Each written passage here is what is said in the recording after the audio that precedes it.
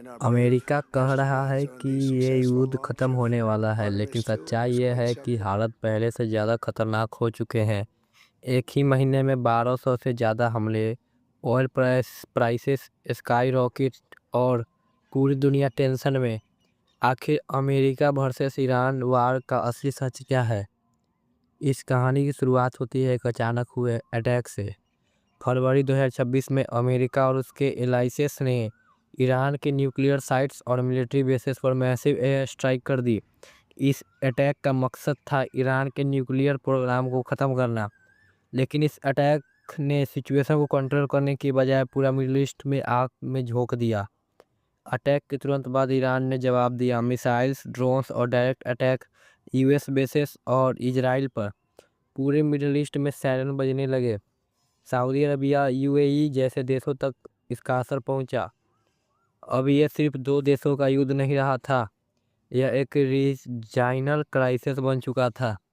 इस बार का असर सिर्फ बैटलफील्ड तक सीमित नहीं है। सबसे बड़ा इम्पैक्ट पड़ा ऑयल मार्केट पर। स्ट्रेट ऑफ हॉर्मुज, जहां से दुनिया का 20% ऑयल गुजरता है, वहां टेंशन बढ़ते ही प्राइसेस एक्सप्लोड कर गए और इसका सीधा असर इंडिया जैसे देशों पर पड़ता है।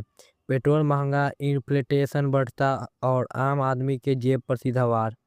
अमेरिका के प्रेसिडेंट डोनाल्ड ट्रंप कह रहे हैं वार ऑलमोस्ट ख़त्म होने वाला है, लेकिन ग्राउंड रियलिटी कुछ और ही कहानी बता रही है।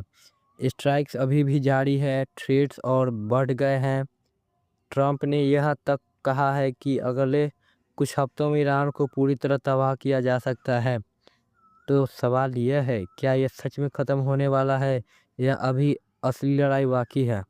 एक तरफ युद्ध बढ़ रहा है तो दूसरी तरफ केस फायर की बात भी चल रही है। रिपोर्ट्स के मुताबिक यूएस और ईरान इनडायरेक्ट टॉक कर रहे हैं, लेकिन प्रॉब्लम यह है कि ट्रस्ट ऑलमोस्ट ख़त्म हो चुका है। ईरान ऑफिशियली इन बातों को डिने करता है।